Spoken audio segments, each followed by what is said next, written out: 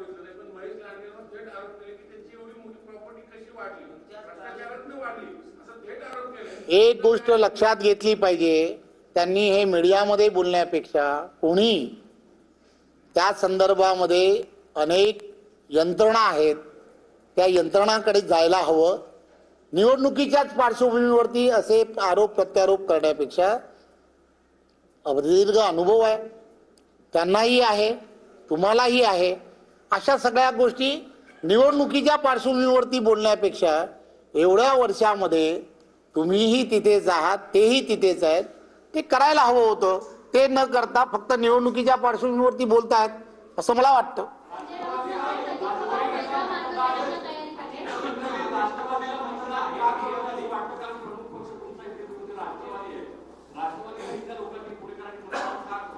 Hundred percentage करू नये असं मला वाटतं। मी भारतीय जनता पार्टीचा अध्यक्ष आहे, मी माझ्या पार्टीचा असणारा अजेंडा हा तुमच्या समोर ठेवला आहे।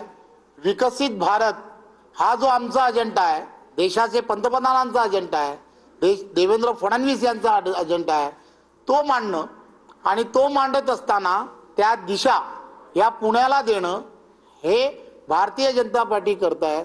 त्यामुळे भारतीय जनता पार्टीलाच मतदान करावं। आपण लक्षात घ्या, आपण जेवता कसे, असे जेवता का कसे? मी मला वाटलं म्हणून असे आपण जेवतो, बरोबर आहे, असं जेवणं हे योग्य होत नाही। त्यामुळे लक्षात घ्या, केंद्र आणि राज्यामध्ये भारतीय जनता पार्टीचंच सरकार आहे। त्यामुळे असं जेवलेलं कधी योग्य असतं। तुम्हालाही तसंच वाटतं आणि मलाही तसं वाटतंय, पण ठीक।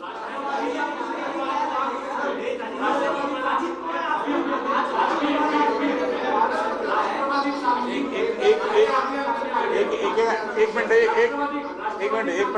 इकडे जा। राष्ट्रवादी ही या निवडणुकीच्या ज्या वेळेला पार्श्वभूमीवरती आमच्या विरोधात ज्या वेळेला आम्ही दोघं ज्या वेळेला या निवडणुकीला सामोरं जातो आहोत, त्यावेळेला भारतीय जनता पार्टी नरेंद्र मोदीजींच्या नेतृत्वामध्ये आणि देवेंद्रजींच्या नेतृत्वामध्ये ही निवडणूक लढते। माझा प्रश्न एवढाच आहे की या दोघांच्या नेतृत्व बरोबर नाही असं त्यांचं मत असेल तर त्यांनी ते सांगावं।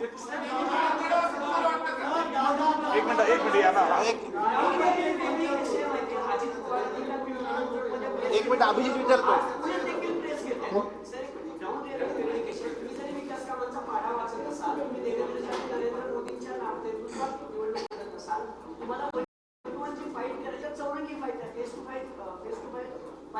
अजित पवारांच्या आणि सरपंच अजित पवार पुण्यात पत्रकार परिषद घेत आहेत। अगदी निलेश घावेपासून सगळे जी नावं जी आरोप तुमच्या मंत्र्यांवरती झाले होते त्याला उत्तर ते देत आहेत। आज तुम्हाला ग्राउंड रियालिटी वेगळी वाटत नाही का? विकास कामात 10-14 वर्षापासूनची सांगून निवडून येतील पुण्यातले 165-120 जे काही टार्गेट केलं असं वाटतंय तुम्हाला? 100% एक गोष्ट लक्षात घ्या की देशाचे पंतप्रधान नरेंद्र मोदीजी आणि आदरणीय देवेंद्रजी यांच्या नेतृत्वातच संपूर्ण महाराष्ट्रामध्ये या स्थानिक स्वराज्य संस्था असतील किंवा सर्व निवडणुकांना भारतीय जनता पार्टी ही पुढे घेऊन जात असते। त्यामुळे आमच्याकडे अतिशय पारदर्शक असं नेतृत्व आहे आणि त्यामुळे आम्हाला खात्री आहे की या सगळ्या गोष्टींमध्ये पुणे शहरातील असणारे सुज्ञ नागरिक जे आहेत ते विकासाच्याच अजेंड्यावरती, डेव्हलपमेंटवरतीच मतदान करतील आणि जास्तीत जास्त जागा या निवडून देतील। अजित पवार सोडून काहीतरी विचारावं, फार विचार।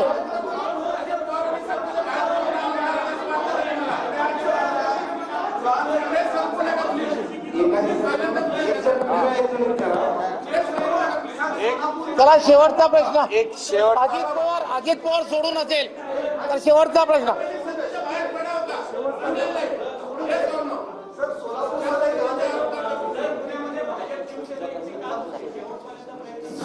दोन गोष्टी लक्षात घेतल्या पाहिजेत की भारतीय जनता पार्टी, आमच्या भारतीय जनता पार्टीच्या वरिष्ठ नेतृत्वाने असं ठरवलं की सर्व ठिकाणी त्या ठिकाणचे असणारे कमिटी जे आहेत, महानगरपालिका म्हणून कमिटी त्या ठिकाणी नेमल्या होत्या. त्याचप्रमाणे महायुतीमधले असणारे आमचे घटक पक्ष जे आहेत, मग शिंदे सेना असेल, अजितदादांचे असतील, त्यांनी सुद्धा तशा कमिट्या